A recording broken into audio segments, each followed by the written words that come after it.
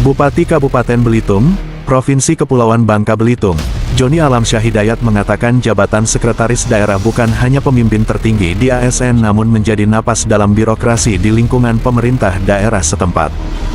Seorang sekretaris daerah bukan hanya pemimpin tertinggi di ASN, ia adalah pengatur, ia adalah nafas birokrasi penentu ritme jalannya roda pemerintahan, katanya saat melantik Marzuki sebagai sekretaris daerah Belitung di Tanjung Pandan, Selasa. Menurut dia, selain itu, jabatan sekretaris daerah juga menjadi penopang utama visi besar pembangunan Kabupaten Belitung saat ini. Saya berdiri di sini bukan hanya sebagai seorang bupati tapi juga sebagai anak negeri yang mencintai tanah kelahirannya dan dari lubuk hati yang terdalam saya ingin memastikan bahwa siapapun yang memegang peran penting di Belitung harus mengabdikan diri dengan hati dengan niat yang tulus dan keberanian yang utuh, ujarnya.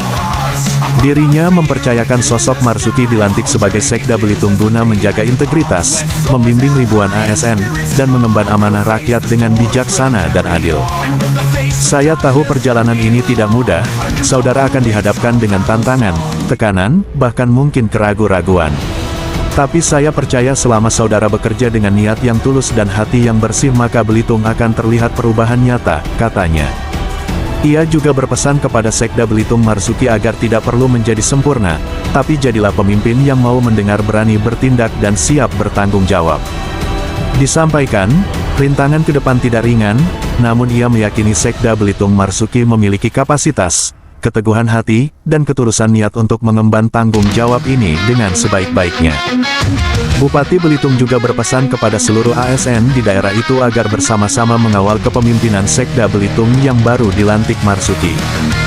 Jangan biarkan Sekda berjalan sendiri, jadikan semangat kerja keroyokan, gotong royong sebagaimana budaya kita.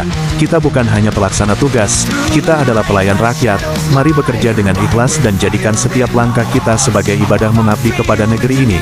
Bukan soal pangkat atau posisi, tapi tentang seberapa besar kita rela melepaskan ego bekerja dengan senyap dan memperjuangkan yang terbaik untuk rakyat, ujar.